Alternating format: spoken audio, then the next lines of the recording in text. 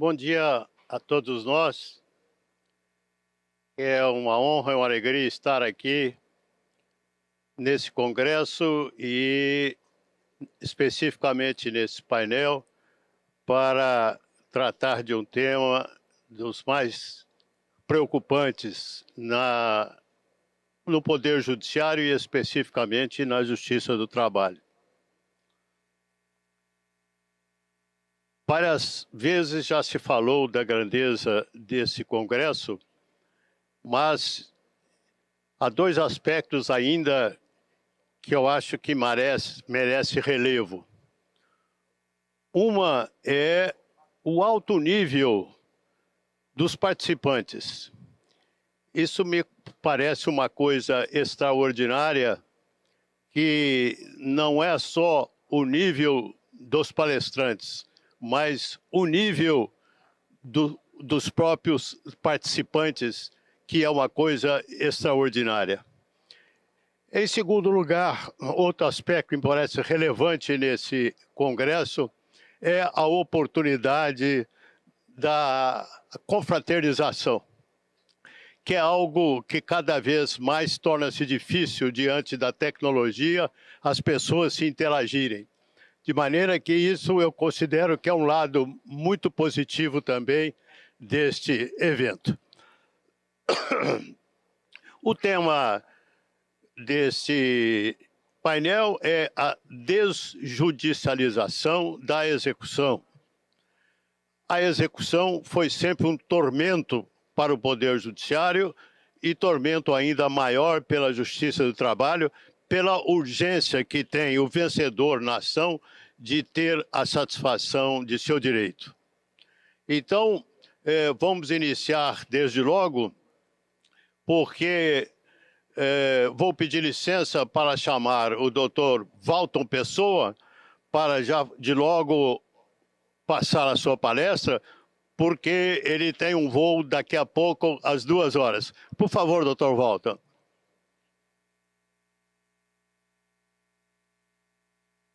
Tudo bem? Tem a palavra.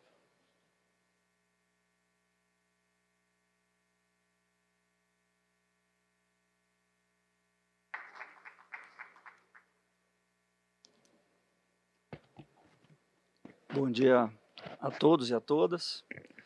Queria inicialmente agradecer a organização desse evento pelo convite, qual me honrou muito, em especial ao organizador e amigo ministro Douglas Alencar, que me fez esse convite. Um dos temas principais desse painel é a efetividade da execução trabalhista. Coube a mim o recorte de falar sobre o reflexo do tema 1232 nessa ótica da efetividade da execução, uma discussão e um tema absolutamente tortuoso. A abordagem envolverá, então, uma análise da efetividade na sua dimensão objetiva, que diz respeito à satisfação do crédito do reclamante, do credor trabalhista, e a dimensão subjetiva, que diz respeito, como o ministro Vantuil acabou de falar, à duração razoável do processo, a demora para que se receba o crédito na referida execução. Participei do julgamento do tema 1232, como um dos advogados. Estavam aqui minha colega e professora Vólia Bonfim, meu colega Osmar Paixão também, que brilhantemente também acompanharam esse processo. E a discussão principal do tema 1232 é a possibilidade de inclusão no polo passivo da execução de empresa integrante do grupo econômico que não participou do processo de conhecimento. Essa foi a discussão central. A tese, então, essa discussão começou em outubro de 22, quando o tema foi afetado. Houve a determinação de suspensão de 45 mil processos, estão suspensos em razão desse tema, e foi proferido em outubro de 25 a tese vinculante. O acórdão ainda não foi publicado, do ministro Toffoli, mas a tese sim, a tese já foi publicada e já prevaleceu, foi 6-2 o julgamento, 6-2 favorável a esta tese, que inicialmente foi proposta pelo ministro Toffoli, mas foi elaborada e aderida pelo ministro Toffoli, elaborada pelo ministro Zanin.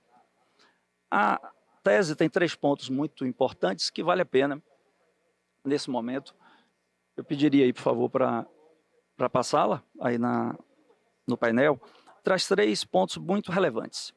O primeiro e a regra principal é: o cumprimento da sentença trabalhista não poderá ser promovido em face de empresa que não tiver participado na fase de conhecimento do processo, devendo o reclamante indicar na petição inicial as pessoas jurídicas corresponsáveis solidárias contra as quais pretende direcionar a execução de eventual título judicial, inclusive nas hipóteses de grupo econômico.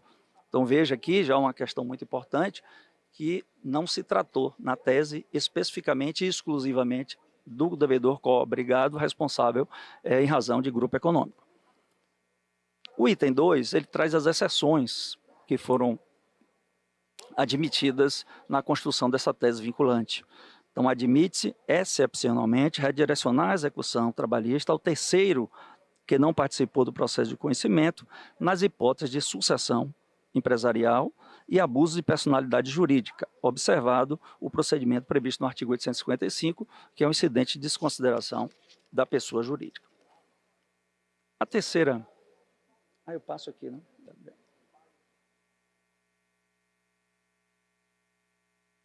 A terceira hipótese, o terceiro pilar da tese, diz respeito à aplicação, né, à modulação.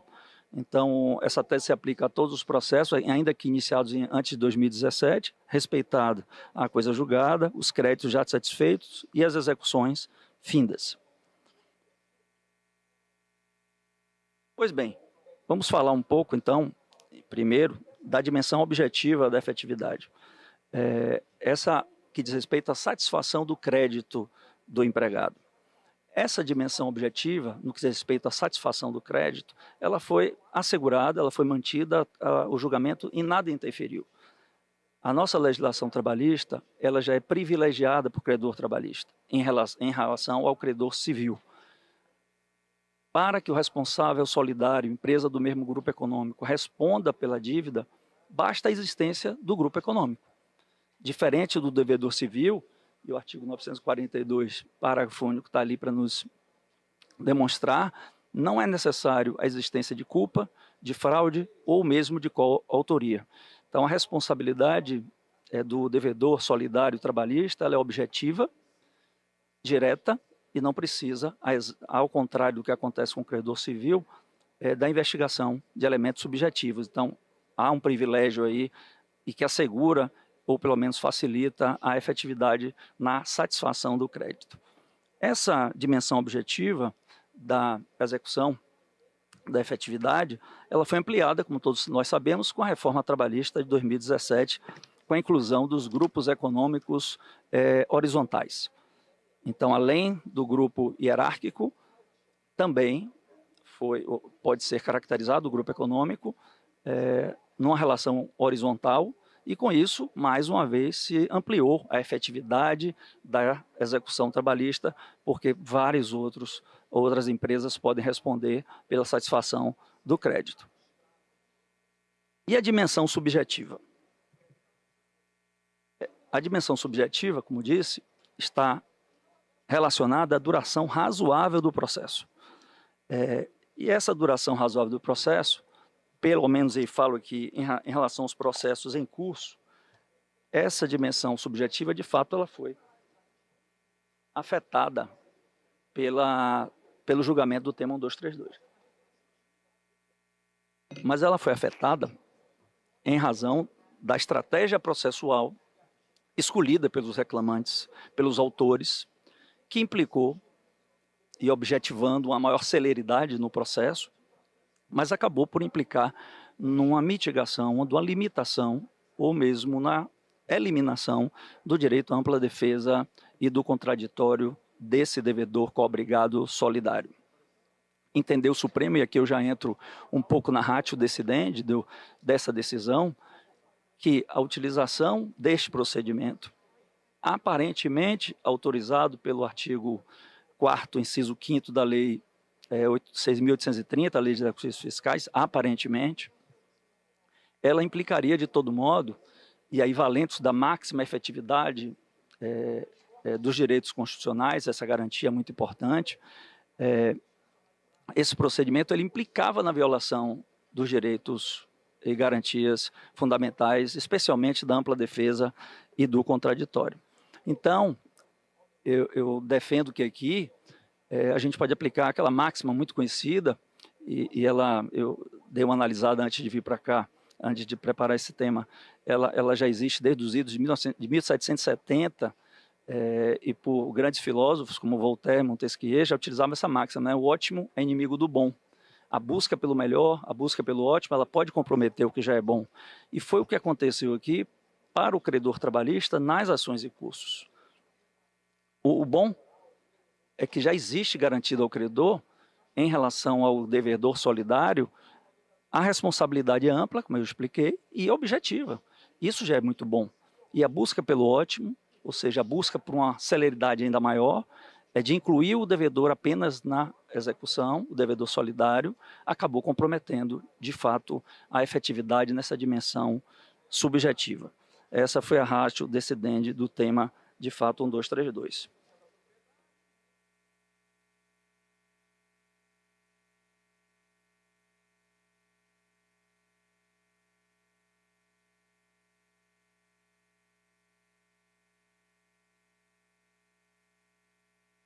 A tese vinculante e a sua ratio decidendi, é bom explicar, ela enfrentou, então, outro tema polêmico, que seria a aplicação ou não do artigo 513, parágrafo 5º.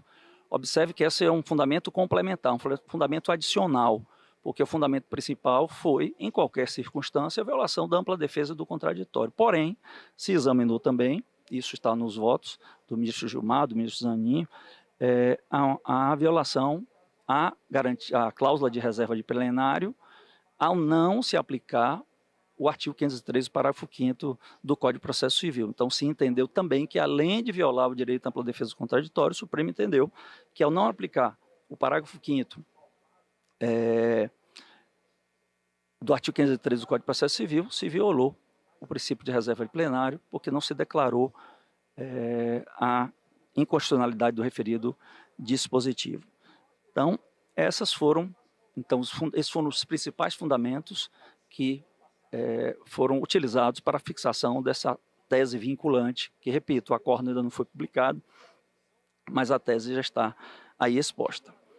Mas, e aí sob a ótica, inclusive, da efetividade da execução, na sua dimensão subjetiva, ou seja, da duração razoável do processo, eu gostaria de trazer aqui, rapidamente, duas questões que eu creio que serão bastante controvertidas e poderão ocasionar um retardamento no andamento dessas execuções, a menos que sejam esclarecidas no acordo do ministro Toffoli, que ainda não foi publicado.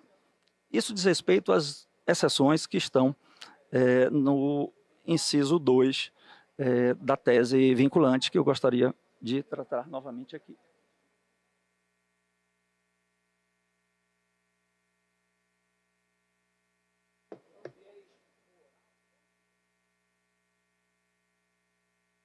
Observe-se que essa tese vinculante, embora admita excepcionalmente, ou seja, uma regra de exceção, a inclusão de co-obrigados que não tenham participado na fase de conhecimento, nas hipóteses de sucessão empresarial e de abuso da personalidade jurídica. Mas como aplicar essa regra?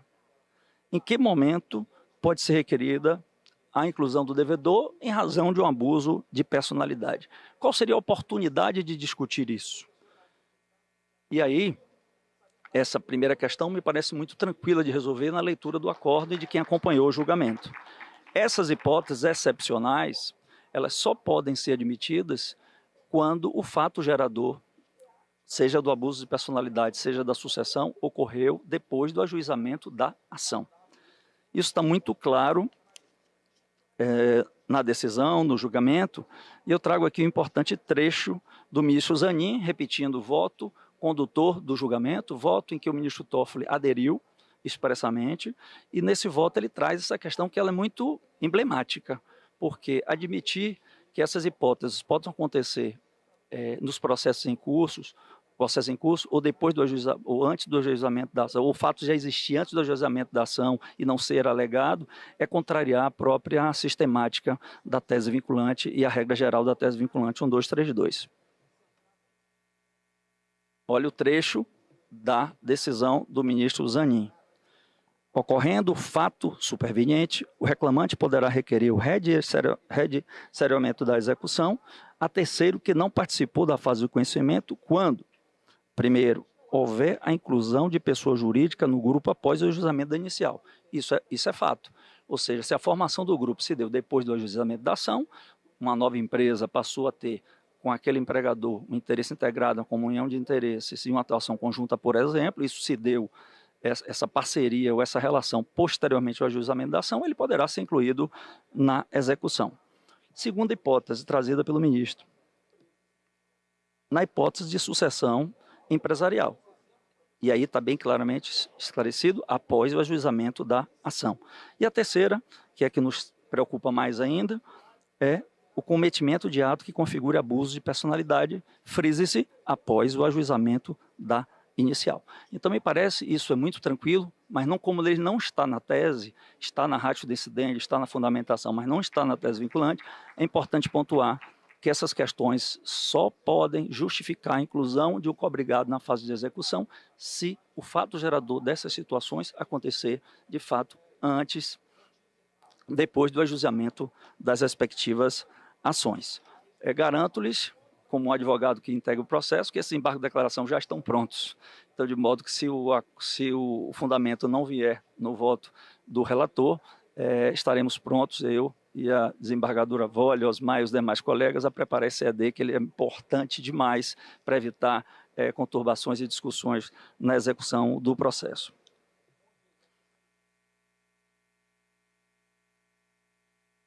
O ponto mais polêmico, sem dúvida nenhuma, será a conceituação do que é abuso de personalidade nas relações trabalhistas. Embora o artigo 50 do Código Civil, que trata do abuso de personalidade, já tenha sido melhorado com a Lei de Liberdade Econômica, o dispositivo ainda traz normas abstratas, dispositivo com conceitos jurídicos indeterminados que, de fato, geram dificuldades e dúvidas na sua correta interpretação.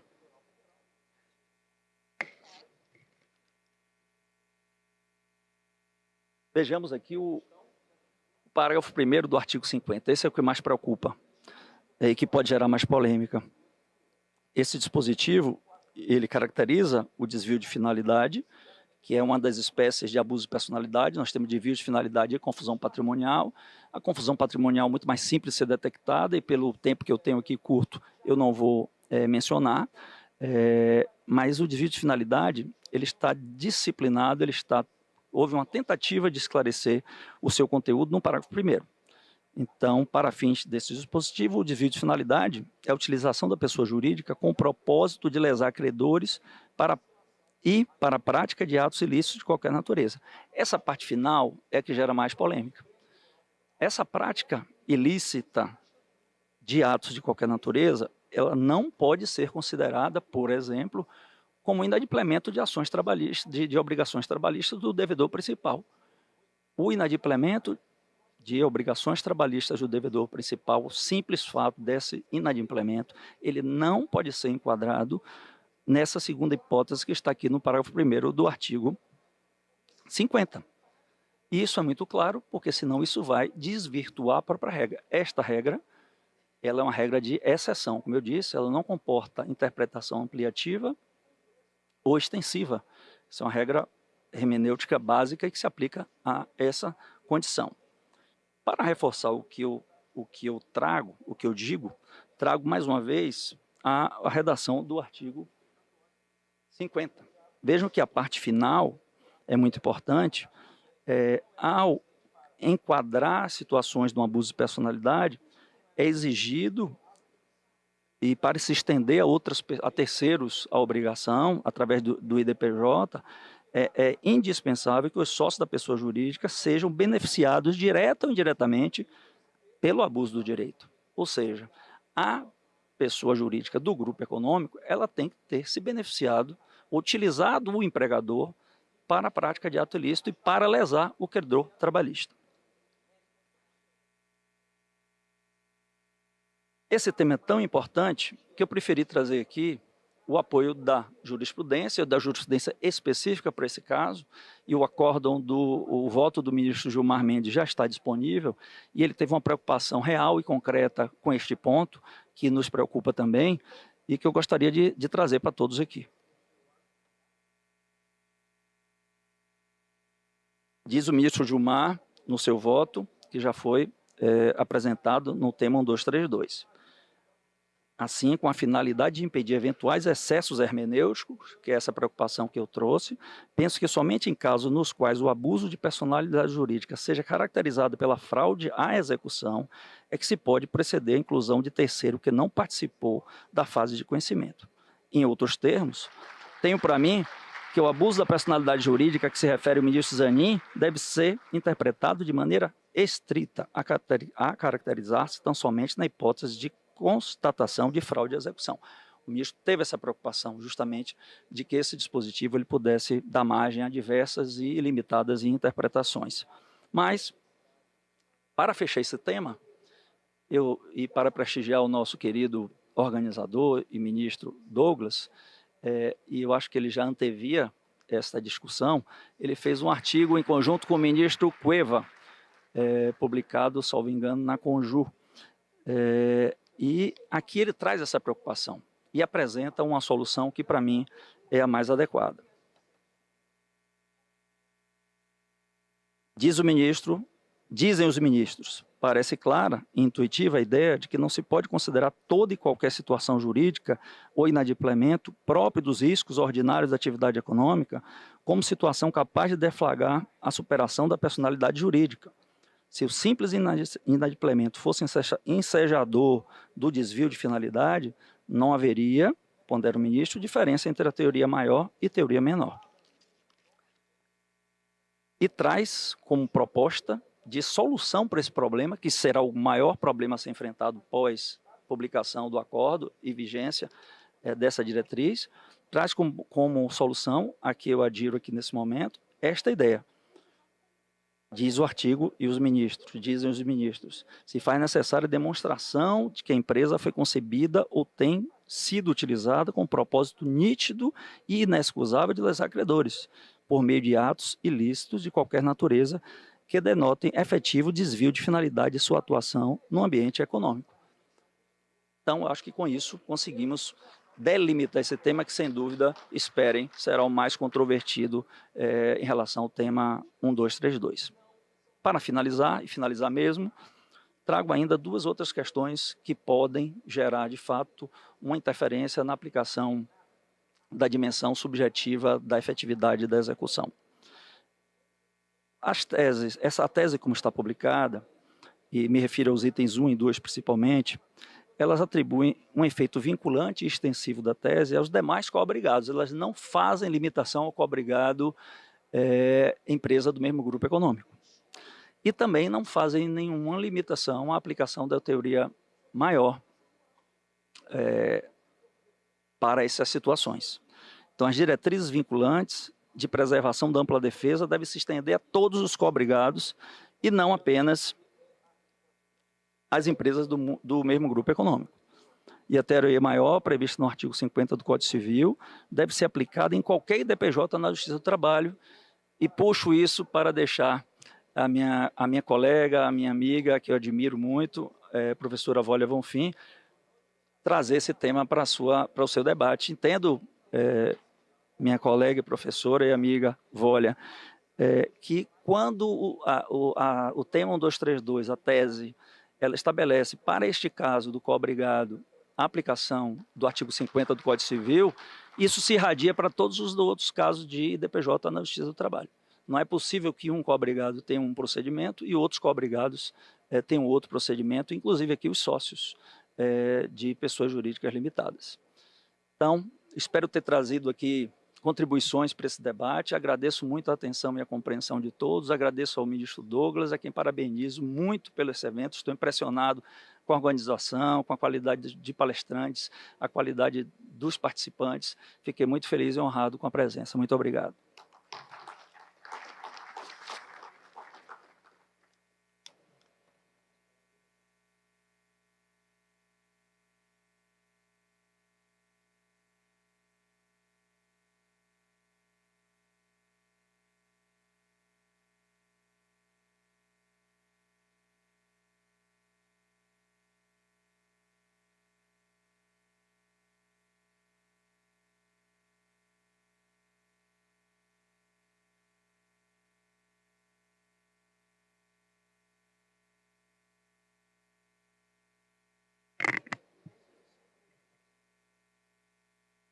Todos viram que é um tema que está na crista da onda e com uma ligação umbilical com a questão da satisfação do crédito do vencedor na ação.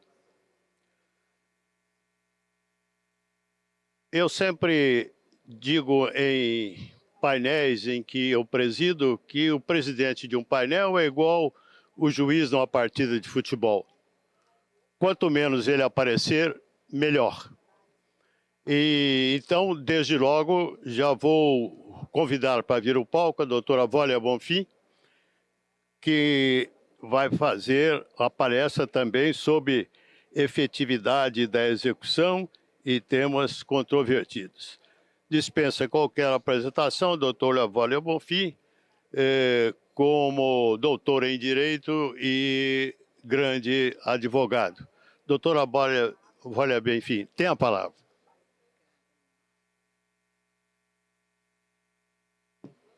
Bom dia a todos ainda, bom dia, não, boa tarde já.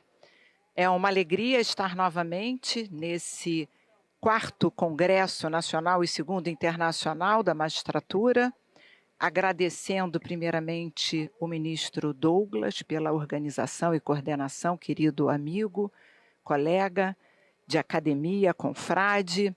Quero também cumprimentar Dr. Walton pela palestra que acaba de ministrar, excelente também. Cumprimentar o nosso presidente, ministro Vantuil, o próximo palestrante, Dr. Chiodi. Cumprimentar a doutora Cláudia Márcia, da Academia Brasileira de Magistrados do Trabalho, também a BFP, e a todos os presentes, juízes, desembargadores, ministros, advogados, estudantes, colegas. Bom, eu iria tratar de um tema que seria o IDPJ, mas diante das provocações trazidas aqui pelo querido Walton, talvez a gente fale um pouco mais do que sobre o IDPJ. Eu vou tentar, então, primeiro falar um pouquinho do IDPJ e depois falar do tema 1232, que nós participamos juntos e que vamos agora, assim que publicar o acórdão, embargar, já que participamos do processo de confecção da tese, tentando trazer algumas exceções que entendo necessárias, além das que ele trouxe. Bom, para falar um pouco do IDPJ, e eu vou pular a teoria, os conceitos, vou me ater um pouco mais sobre as teorias maior e menor e em que casos a gente já pode estabelecer que já haveria, de certa forma, vamos dizer, um consenso sobre a aplicação dessas regras. Bom, a primeira questão é, em relação ao tema 1232, entendo eu, embora tenha sido vencida pela própria tese, que o nome não deveria ser IDPJ, no tema 1232, porque não se desconsidera a personalidade jurídica da pessoa jurídica. Na verdade, se inclui uma outra pessoa jurídica no polo passivo. O nome deveria ser outro, e essa é a proposta do novo Código de Processo do Trabalho. Deveria ser incidente de inclusão de terceiros, IIT. É o nome que deveria ser. Então, a primeira falha é da nomenclatura para tudo. Qualquer inclusão não pode ser IDPJ. IDPJ é apenas quando se pretende retirar o véu ou a característica daquela pessoa jurídica para pegar o patrimônio de seus sócios, sejam eles pessoas físicas ou jurídicas. Não é o caso do termo 232. O termo 232, o réu, pessoa jurídica, continua com a sua personalidade constante do polo, mas o que se pretende é pegar uma outra pessoa jurídica que não é sócia, seja ela do grupo ou não. Então, a primeira colocação é que eu faria uma crítica severa, mas não foi acolhida pelo Supremo, de que a nomenclatura, até sustentei isso no Supremo, e o ministro Barroso afastou, dizendo que não, desconsidera sim a personalidade jurídica do devedor para incluir outra. Não, não é sócio. Você vai discutir no IDPJ se aquela é co-obrigado ou não. Então, deveria ser incidente de inclusão de terceiros, IIT. Claro que é um nome criado pela doutrina, assim como o IDPJ foi criado também inicialmente pela doutrina e depois foi incorporado. Bom, mas tratando primeiro do IDPJ estrito sensu, para depois falar um pouquinho do tema 232, eu separaria as teorias, né, maior e menor, de acordo com os respectivos tipos. E vou separar pela jurisprudência. Primeiro, seria aplicável no IDPJ, na fase de execução, para incluir sócios na execução que não constaram do título executivo qualquer tipo de sociedade? Não falamos só dos sócios, pessoas físicas. As SAs, se ela é a condenada do título executivo, eu posso incluir seus diretores, seus acionistas, qualquer diretor, mesmo que não faça parte do conselho, ele tem o nome de diretor de marketing. Ele pode ser incluído? E se ele for empregado, também pode ou não? Há diferença de tratamento quando aquele que consta do título executivo é uma SA ou uma limitada? Entendo que o TST tem feito essa distinção e deveria fazê-lo.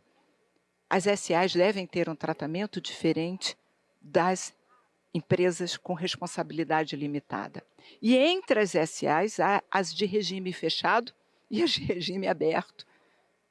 Não entendo crível incluir um acionista de uma SA de regime aberto no polo passivo da execução no IDPJ. Não é crível, porque ele é mero acionista de uma sociedade anônima. Pelo artigo 158 da lei da SA, apenas aqueles que fazem parte da gestão do Conselho de Administração e, mesmo assim, quando comprovado ato ilícito ou abuso de personalidade, é que devem responder. Então, nesse sentido, em se tratando de SA aberta, entendo que o IDPJ, para atingir o patrimônio dos sócios, deve ser pela teoria maior, por conta do artigo 158 da lei de SA. Há vários outros dispositivos que podem se conectar para tanto.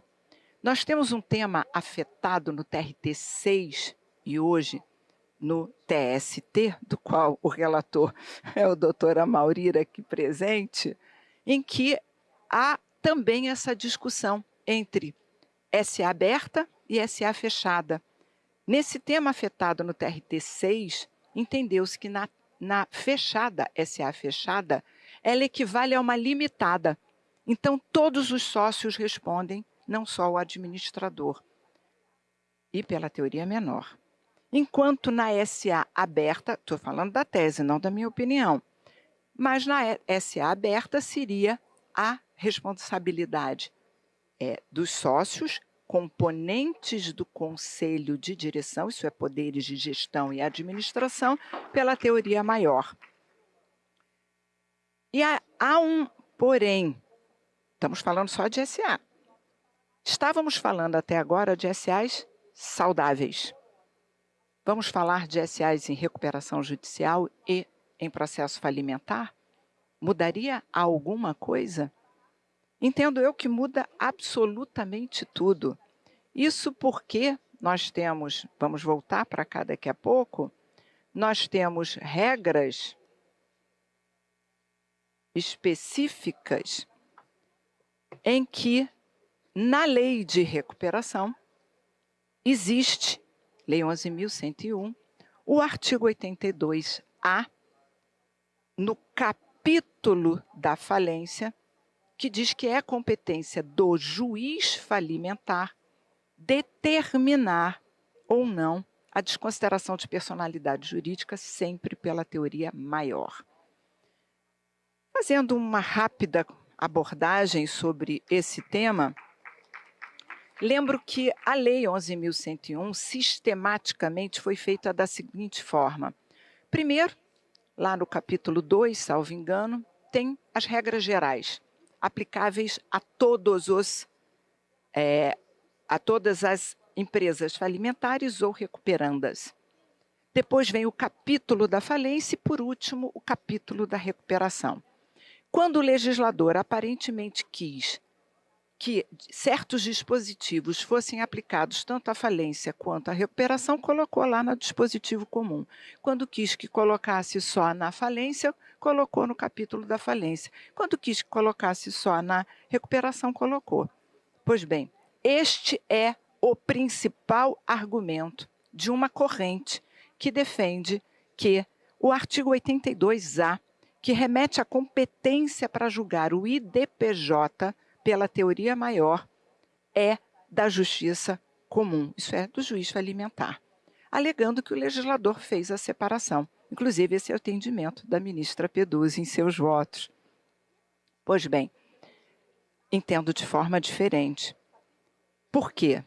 Porque o legislador nem imaginou a possibilidade da desconsideração da personalidade jurídica nos casos de recuperação judicial. Tá, vocês estão ouvindo ruídos também ou só eu? Todo mundo está ouvindo ruído? Não, só eu, né? O legislador nem imaginou, porque na falência o que se pressupõe é um inadimplemento em que a dívida é maior do que o ativo. E aí sim, nos casos em que não há patrimônio, é possível se desconsiderar. E para não violar a igualdade entre os credores de mesma tipicidade, isso é, da mesma classe, é que a gente teria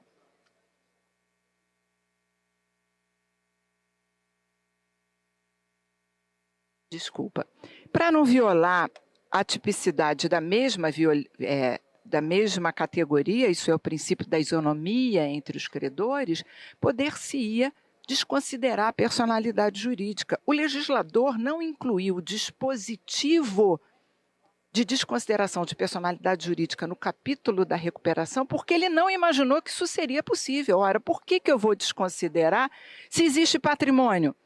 Por que vou desconsiderar a personalidade jurídica se eu estou dando um spray period? Isso é, se eu estou dando um período de suspensão de cobrança das dívidas de 180 mais 180 dias para que a empresa recupere o seu lastro financeiro, a sua liquidez. Ela precisa de tempo para recuperar a sua saúde. E por isso todos devem aguardar na fila, não havendo que se falar em recuperação judicial. Claro que há outras correntes, e participei da audiência pública do tema 26 afetado, em que diz que não, a competência é concorrente, tanto o juiz do trabalho quanto o outro pode. Hoje a jurisprudência, tanto do STJ quanto do TST, entende que é possível desconsiderar a personalidade jurídica também das empresas em recuperação judicial. Pois bem, então vamos partir das empresas GSA em recuperação judicial. Há, então, uma corrente que entende que só às empresas falidas o artigo 82A é aplicável. Há a corrente que entende que a competência da Justiça do Trabalho é concorrente e, sendo concorrente, a vinculação ao artigo 50 só se aplica ao juiz da falência e não ao juiz do trabalho. E há, por fim, aqueles que entendem, como eu, que em se tratando de falência, com certeza a teoria é maior, independente da competência, com certeza, porque essa foi o desejo e a vontade do legislador, e para evitar diferença entre habilitações e credores, isso deve ficar, ao meu ver, para o juiz da falência. Em relação à recuperação, entendo que quem pode o mais, pode o menos. Isto é, se foi deferido ou determinado pela lei que aquele que deve mais, que está quebrado, aquele que não tem mais como pagar, a ponto de ter a extinção da própria empresa, a ponto de ter, em regra, a extinção da sua própria atividade, do exercício da atividade, aquele que continua funcionando, ou aquele que está apenas em spray ou stay period, isso é, em período de estabilidade de contas para poder reaver ou reassumir a sua respiração econômica, o seu fôlego econômico, para ele também deve ser aplicado essa prerrogativa e esse privilégio. Isso é, em se defendendo a competência da Justiça do Trabalho, que eu sempre quero puxar para a minha Justiça do Trabalho a competência, embora entenda que a técnica não quis essa posição. Mas embora entenda que a nossa competência existe, ela deve ser para recuperação judicial de SA ou de limitada, deve ser sempre pela teoria maior e não pela menor. E aí, meu tempo praticamente se esgotou, só para falar das que não estão nem em falência e nem em recuperação judicial. E também não são SAs, são empresas de responsabilidade limitada. Essa jurisprudência do TST já é firme pela teoria menor. Já é firme no sentido de aplicar o artigo 28. Então, acho eu que a jurisprudência que irá se firmar será no sentido de dividir os tipos de sociedades para responsabilizar de forma diferente, isso é, seja pela maior, seja pela menor, os tipos de sociedade no IDPJ. O tempo é curto, já acabou, eu já agradeço a todos pela paciência e por me ouvirem. Muito obrigada.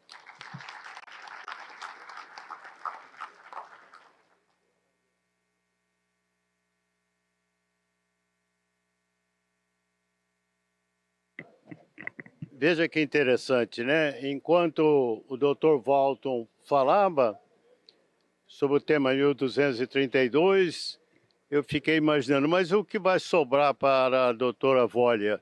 Veja que a riqueza desse congresso, a riqueza do tema, que ele apresentou outros aspectos muito diferentes daquele que tinha sido apresentado pelo Dr. Walton. Eu fico muito interrogativo, porque quando no acórdão se refere tão somente ao artigo 50 do Código Civil, me pareceu que o Supremo estava passando um recado de não aplicação do Código do Consumidor.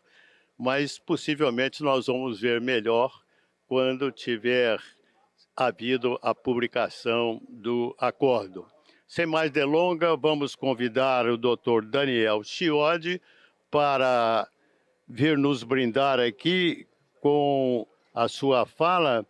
O Dr. Chiodi é MBA em Planejamento Estratégico e Gestão de Pessoas, pode dar, pois, um enfoque diferente do que o advogado militante. Dr. Chiodi tem a palavra, um prazer. Muito bom dia, me apresento aqui como advogado, trago uma perspectiva um pouco diferente das que foram trazidas até aqui, até porque poucos de vocês sabem, mas sou advogado e além de advogado, apostador profissional há 25 anos. Sou pai do João Vitor e da Laura, a Laura agora com 17 anos, mas a primeira vez que eu levei a Laura para apostar em cavalos, ela tinha 7 anos, o João estava no carrinho de bebê, e eu achei importante que eles conhecessem esse mundo de apostas logo cedo, porque isso guarda uma relação direta com o que eu faço. Eu gosto muito de apostar, já apostei com a Marília, minha sócia, perdi algumas vezes, perdi algumas bolsas em apostas, bolsas mesmo, assim, aquelas que vocês mulheres compram no shopping, e isso está na essência do que eu faço e do que eu gosto de fazer. O Brasil tem um apostador lotérico muito famoso, ele chama Munir, o apelido dele é Munir Pé Quente. Dizem que ele ganhou 40 vezes na loteria, e ele se apresenta como um profundo conhecedor desse mundo de apostas. E eu digo aqui, sem medo de errar, que este ano, eu, Daniel Chiodi, ganhei mais de 2.800 vezes em apostas. Posso ensinar, tenho certeza que alguns de vocês aqui também. E, diferentemente do Munir, que paga para apostar, eu ganho. As pessoas me pagam para ser apostador profissional. E eu ganho isso todos os dias com mais de 1 milhão de advogados no Brasil. Alguns apostam sem risco e o fazem com um instituto chamado Justiça Gratuita. Outros apostam com um pouco mais de risco, e essa loteria, que eu sou jogador profissional há 25 anos, é a justiça. E quando a gente trata do assunto efetividade, inclusive no processo de execução, a gente tem que olhar para esse aspecto lotérico da justiça. A gente tem que olhar para esse aspecto de incerteza da justiça. E eu vou trazer aqui as principais características de um apostador profissional. Ele precisa conhecer de matemática básica de probabilidades, ele precisa entender de gestão da banca, ele precisa fazer análise do valor das apostas deles e controle emocional para tratar as apostas como um negócio e um método claro. Ele precisa entender muito de probabilidade. Quem principalmente advoga para a empresa sabe que a gente está sempre lidando com contingências e probabilidades. Ele precisa saber calcular o valor esperado em apostas, isso se chama EV de uma aposta, e eu brinco que isso aqui é o artigo 840 da CLT, com a nova redação que exige aí a liquidação do pedido. E ele precisa separar um valor específico para essas apostas que possa ser totalmente perdido. Ele precisa especializar-se no esporte e no âmbito que ele precisa apostar, e ele precisa estudar estatística. E aí eu trago um dado, estatística, e manter controle emocional, evitando o que a gente em apostas chama de tilts.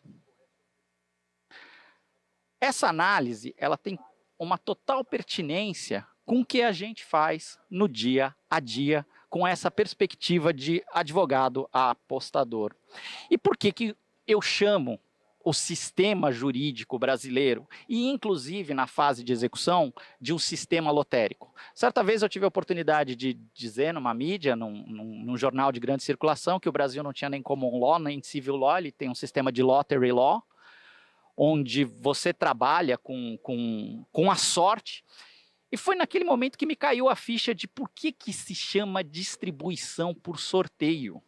E a distribuição por sorteio na Justiça do Trabalho vem muito desse aspecto de que você pode ter sorte ou revés na definição de quem vai conduzir teu processo, de quem vai julgar teu processo, de quem vai analisar teu processo. E aí vem um aspecto relevante. Eu costumo brincar que a gente está enfrentando a recuperação judicial e talvez caminhando para a falência do atual sistema que nós temos, já que tratamos aí da questão da falência da recuperação judicial, tanto da civil law como da common law, para a reconstrução de um novo modelo que se aplique principalmente na fase de execução. Um modelo que transforme essa análise quantitativa e de risco numa análise de efetividade.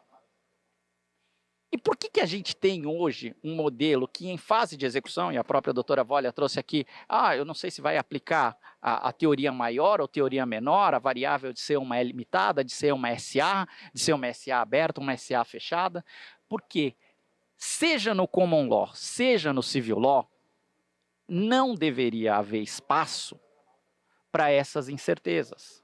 Mas nós temos espaço com base na possibilidade de interpretação, inclusive com base em princípios, e na possibilidade de distinção.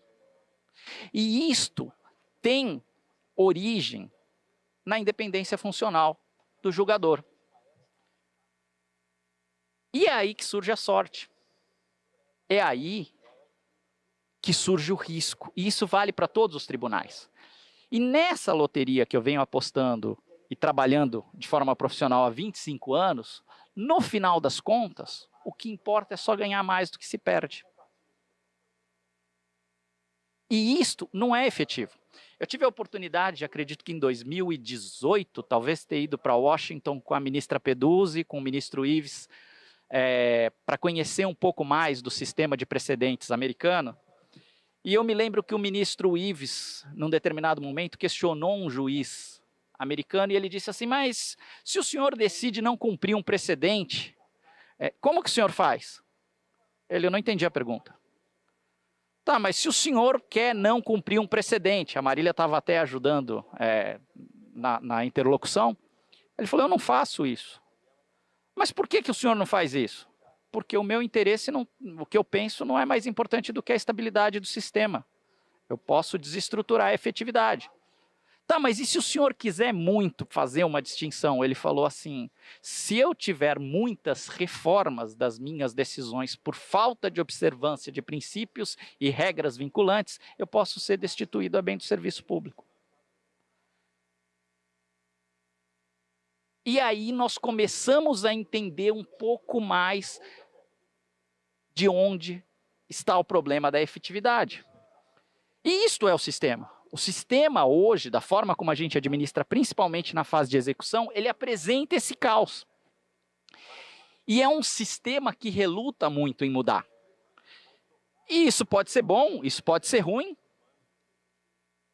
E o que acontece? Existem muitos interesses na mudança desse sistema, mas nós temos que admitir que também existem muitos interesses na manutenção desse sistema.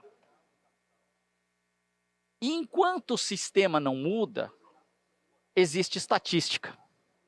E existem softwares que nos permitem dar estatística, não sobre um precedente, mas sobre quantos juízes observam aquele precedente e quantos não observam. E aí volta a questão da distribuição por sorteio. Nós advogamos por uma grande empresa de apostas, uma casa de apostas legalizada, e acreditem, antes da regulamentação dessa casa, das apostas no Brasil, essa casa de apostas cogitou explorar no Brasil apostas sobre decisões do Supremo.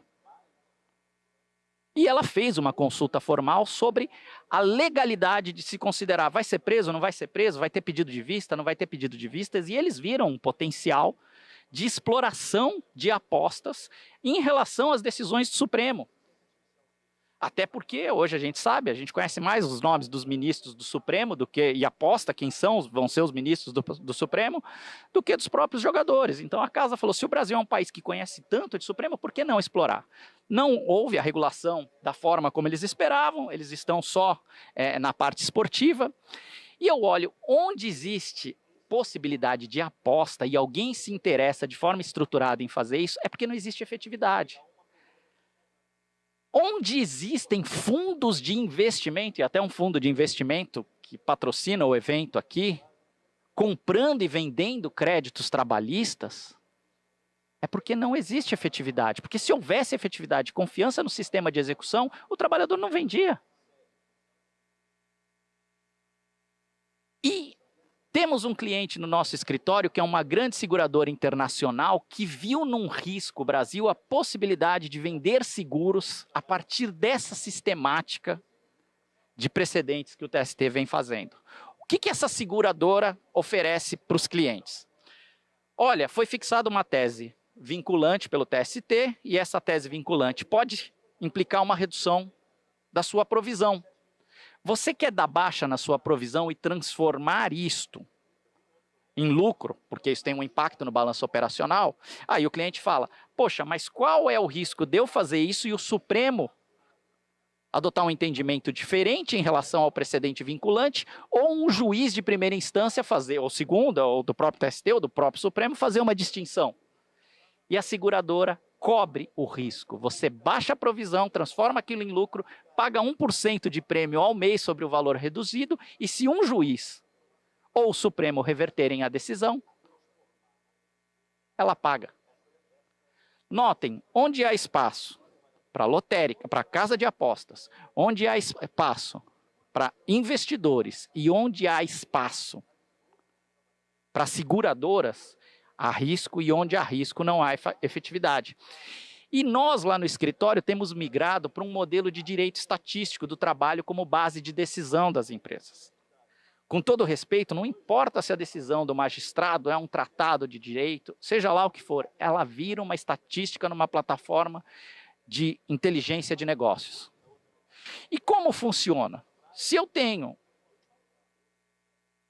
um determinado assunto, eu tenho um precedente vinculante, eu analiso quantos juízes aplicam e quantos não aplicam, crio uma regra atuarial de risco e provisiono e decido se eu cumpro ou não cumpro a regra. Se eu não cumprir, eu provisiono o risco. Se aquele risco não se materializar, ele vira resultado financeiro. Num ambiente de negócios onde não é efetivo, até a decisão de pagar ou não a execução é estatística.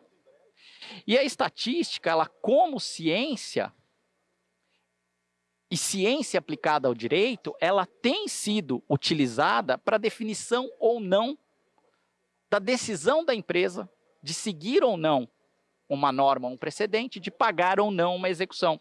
Lá no escritório, a gente tem brincado que o brocardo do me dê o direito, e me dê os fatos e eu te dou o direito, tem migrado para me dê os dados e eu te dou o direito se eu vou cumprir ou não. A gente tem utilizado muito a questão de dados.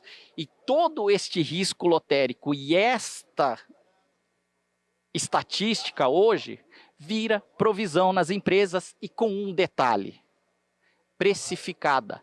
Todo risco ele é empurrado para o preço, principalmente em mercados não regulados.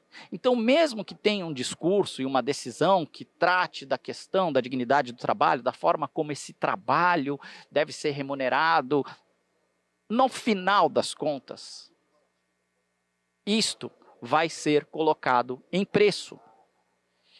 Portanto, a efetividade, ela vai existir ou não, seja na execução, seja na fase de conhecimento, quando houver previsibilidade. E se eu tenho um sistema fluido e incerto, o ambiente de negócio aprende a conviver com isto, criando esses mecanismos. Ou seja, enquanto a gente tiver um espaço para distinção e interpretação, esse risco vai continuar sendo existente e vai ser inerente. E com sorte e risco, o que acaba prevalecendo não é o direito propriamente dito na decisão empresarial, acaba sendo a estatística. Então, como dica, e hoje o que eu costumo dizer para os advogados é: estudem estatística. Estudem formas de aposta. Estudem formas como as seguradoras pensam. E eu não vou me surpreender. Não vou me surpreender se no próximo ano, aqui, a gente tiver, além de uma empresa que investe em ativos financeiros ligados à Justiça do Trabalho, nós tivermos aqui uma Bet que aposta nas decisões da Justiça brasileira. É o sistema, infelizmente, a gente trabalha com esse caos e a gente tem que saber que é dessa forma. E a minha sugestão, que eu deixo ao final, é que dentro desse mecanismo de sorte, dentro desse mecanismo de estatística, Elaine, convence o Douglas a sortear aquele carro que está lá fora.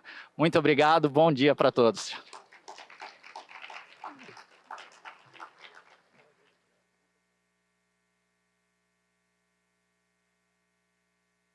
Veja que interessante, né? Dentro de uma mesma área, de um mesmo tema, um enfoque completamente diferente e muitas vezes até assustador, né? Mas vamos adiante porque o tempo não para. Agora teremos aqui uma figura que veio melhorar um pouco a média de idade, principalmente aqui a minha, o doutor Rodrigo Buzzi, que na sua juventude já é um grande advogado e um grande jurista. Por favor, doutor Rodrigo.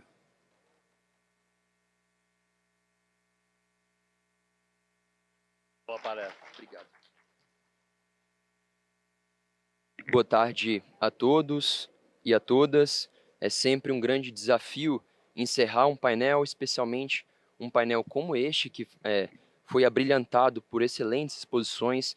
Eu acho que o tema comum é a efetividade da execução, a efetividade do processo de trabalho. Então, é pensando em efetividade que eu serei bastante breve no meu discurso, até para que ele seja bom. A palestra de abertura deste evento se concentrou num ponto que eu achei bastante interessante, que é o ponto da especialização. E quando nós falamos de especialização, um tema que me despertou interesse durante meus estudos de mestrado na Universidade de São Paulo foi o tema da desjudicialização da execução. E por que falar de desjudicialização da execução? Porque a realidade que nós temos hoje é de uma completa tragédia da justiça. A tragédia, ele é um instituto de direito econômico e da economia que aborda o uso escasso de recursos públicos por todos os interessados, de forma que aquele recurso não é bem administrado. E a grande realidade da justiça brasileira é de que hoje mais de 3/4 dos processos que correm na Justiça do Trabalho são processos de execução. São processos de execução que têm uma taxa de congestionamento de 75%, o que significa que, naquele ano, só conseguem se baixar 25 processos a cada 100. Aliás, tem uma movimentação apenas de 25 processos a cada 100 processos que tramitam. Então, um cenário de absoluta ineficiência do Poder Judiciário, que é provocada pelo excessivo volume de processo na fase da execução. E são processos executivos que demoram, em média, 3 anos e 6 meses para serem concluídos, para transitarem em julgado. Então, uma reflexão que se começou a fazer no poder, no poder legislativo brasileiro seria transferir atos meramente burocráticos que hoje estão a cargo exclusivamente do juiz para serventuários extrajudiciais, para outros órgãos auxiliares da justiça, e isso, portanto, desafogaria o Poder Judiciário e contribuiria para uma especialização, de modo que o Poder Judiciário poderia se especializar naquilo que faz bem e que é chamado para fazer, que é dizer o direito, no caso concreto, que é garantir a efetividade de direitos fundamentais e, dessa forma, não se ocupar de atividades burocráticas como fazer busca, avaliação de bens. Essa é uma proposta que ela parece um tanto ousada no nosso modelo de processo romano-germânico, mas é importante dizer, e isso foi um achado da nossa pesquisa na Universidade de São Paulo, de que o nosso processo romano-germânico, na verdade, ele não melhorou tanto assim desde a Idade Média. Tanto a Itália quanto a Alemanha já promoveram uma desjudicialização da execução.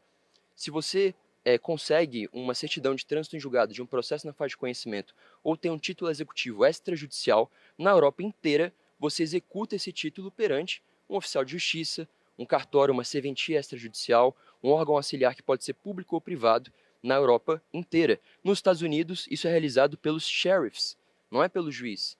Essa é uma atividade que no mundo inteiro é considerada uma atividade administrativa. Então, vejam que os influxos econômicos que nós temos, as diretrizes internacionais que predominam hoje no mundo inteiro, levam à conclusão de que nós precisamos repensar o nosso processo executivo brasileiro com uma tendência muito forte de desjudicialização. Eu gostaria de salientar aqui que uma proposta de desjudicialização não é tão inovadora assim no modelo brasileiro. Eu trago aqui, a professora Lucinéia Posar não vai poder me dizer, tá aqui para não me deixar mentir, de que a alienação fiduciária de bens imóveis já é feita hoje de forma desjudicializada.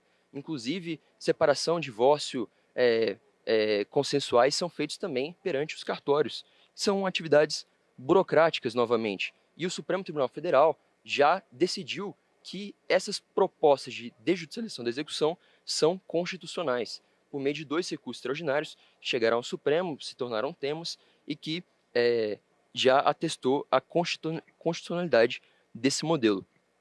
Eu vou passar aqui com um dado que é bastante importante, de que essa proposta de desjudicialização da execução ela foi fruto de uma proposta do Comitê de Ministros da Europa, é um marco da União Europeia, que recomendou, que diagnosticou que vários países europeus passavam por aquele mesmo problema que nós enfrentamos hoje, de um excessivo número de processos e execuções que não acabavam nunca. Então se recomendou que se criasse a figura do chamado agente de execução, que pode ser público ou privado.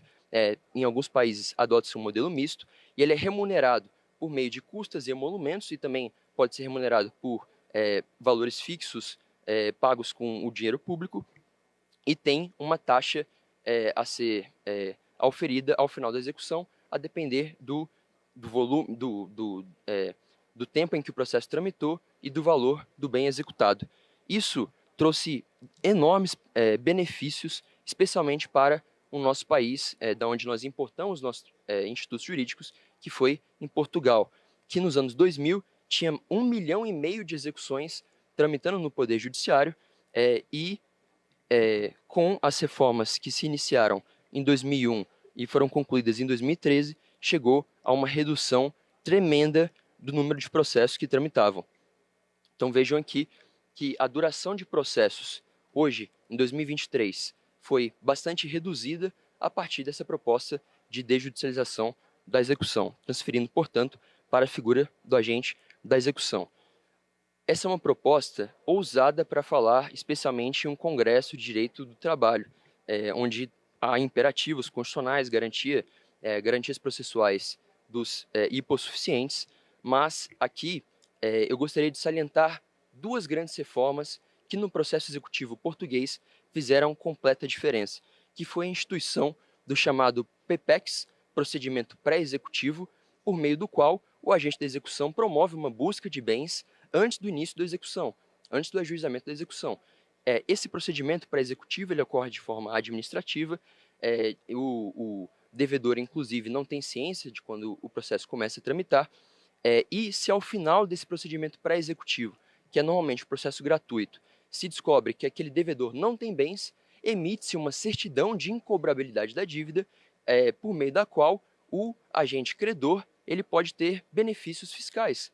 Então, verifiquemos. Se eu entro com uma execução, se eu entro com um procedimento pré-executivo com um título de R$10.000 contra uma empresa pequena, e o agente da execução tenta localizar bens e não consegue encontrá-los, ele emite essa certidão e aquele credor tem uma redução de imposto de renda daquele ano. Esse é um incentivo para que eu não ajuize execuções infrutíferas. E as execuções infrutíferas são um grande problema no nosso país. 1/3 das execuções terminam no nosso país de forma que o credor não é satisfeito. Essa foi uma reforma importante que pode ser começada hoje, inclusive, no processo de trabalho brasileiro. E aqui eu tenho a honra de estar presente e junto de professores e ministros que têm uma grande atuação no processo de trabalho, o ministro Amaury Rodrigues, ministra Peduzzi.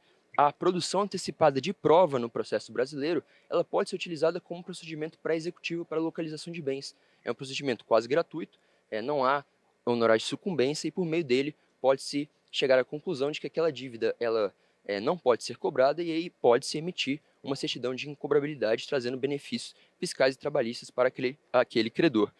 Uma outra mudança bastante importante que ocorreu no processo executivo português foi a criação de um cadastro único de busca de bens e de execuções infrutíferas.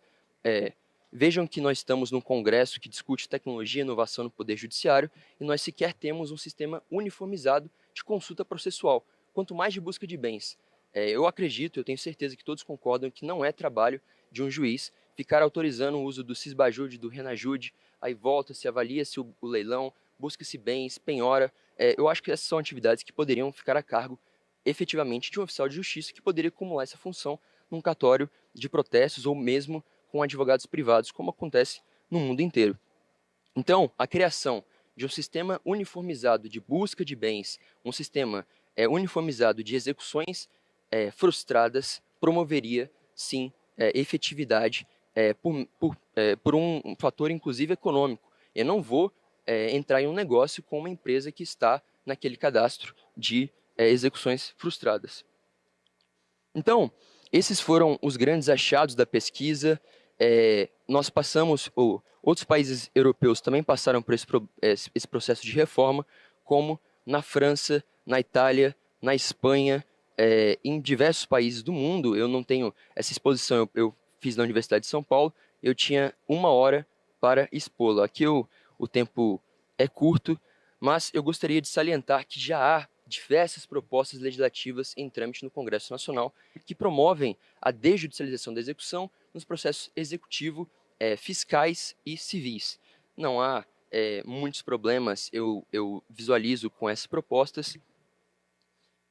Elas são propostas que hoje tramitam no Congresso Nacional e foram bastante estudadas pela academia, e eu faria talvez somente um acréscimo em relação ao processo de trabalho.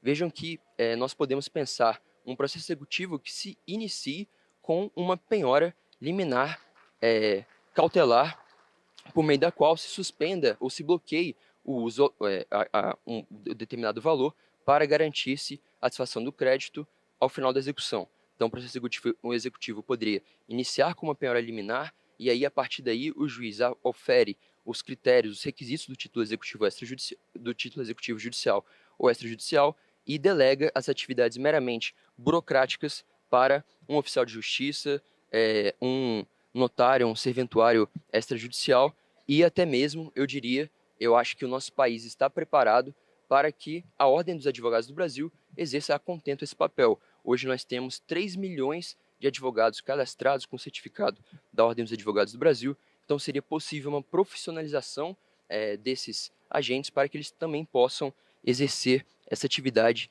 de agente da execução. Essas são propostas efetivas que, no meu ver, conduziriam sim a uma melhoria da efetividade dos processos no Brasil e eu gostaria também de destacar que essa já é uma realidade em alguns países que promovem uma execução desjudicializada por meio de plataformas tecnológicas. Os blockchains são naturalmente formados para isso. Por meio dele, você pode fazer um smart contract, você coloca as condições e as características do bem e também o devedor ele coloca as informações bancárias dele e por meio da execução desse contrato, que é autoexecutável, não precisa passar pelo Poder Judiciário, já há transferência automática de propriedade da pecúnia e do valor e o bem imóvel ou móvel considerado no processo. Então, para encerrar aqui e deixar todos à vontade, inclusive eu acho que o almoço, se eu não me engano, já deve ter se iniciado, eu gostaria de concluir esse painel, com essa reflexão. De fato, nós precisamos reconhecer que o processo brasileiro ele enfrenta um problema de tragédia. E, ao meu ver, a única forma de você resolver essa tragédia é atacando diretamente o gargalo do processo, que é o processo executivo. E adotando essa proposta que já é feita no mundo inteiro de desjudicializar e delegar para serventuários extrajudiciais ou mesmo oficiais de justiça ou advogados treinados e qualificados para isso, respeitando-se, é claro, requisitos da profissão e também deveres de sigilo, confidencialidade, mas enfim, eu acho que essa é uma proposta efetiva para o Brasil. Muito obrigado.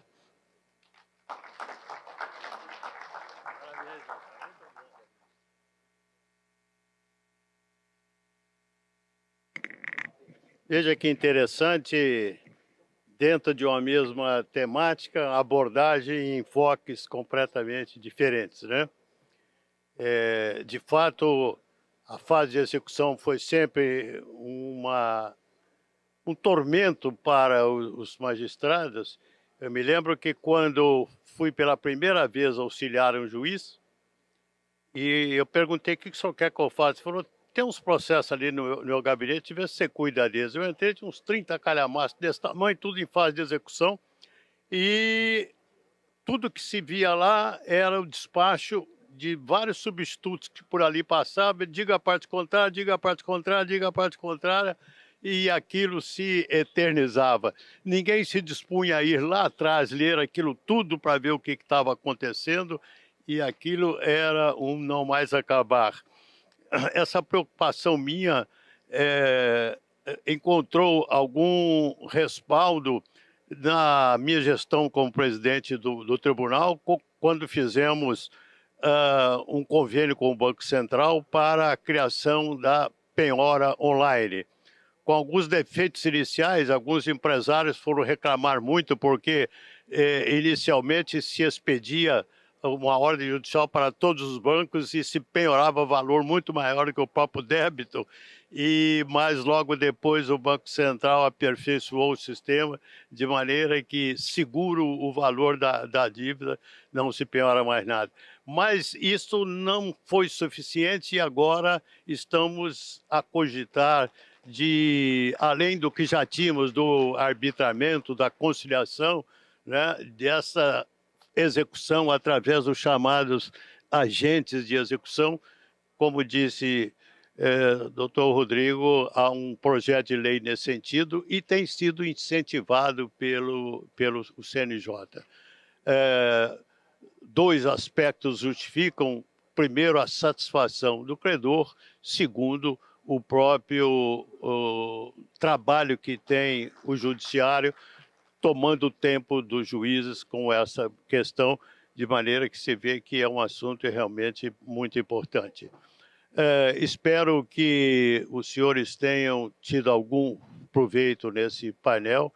Eu cumprimento todos os painelistas e cumprimento a todos os senhores. Em virtude do adiantado da hora, eu dou por encerrado esse painel. Muito obrigado.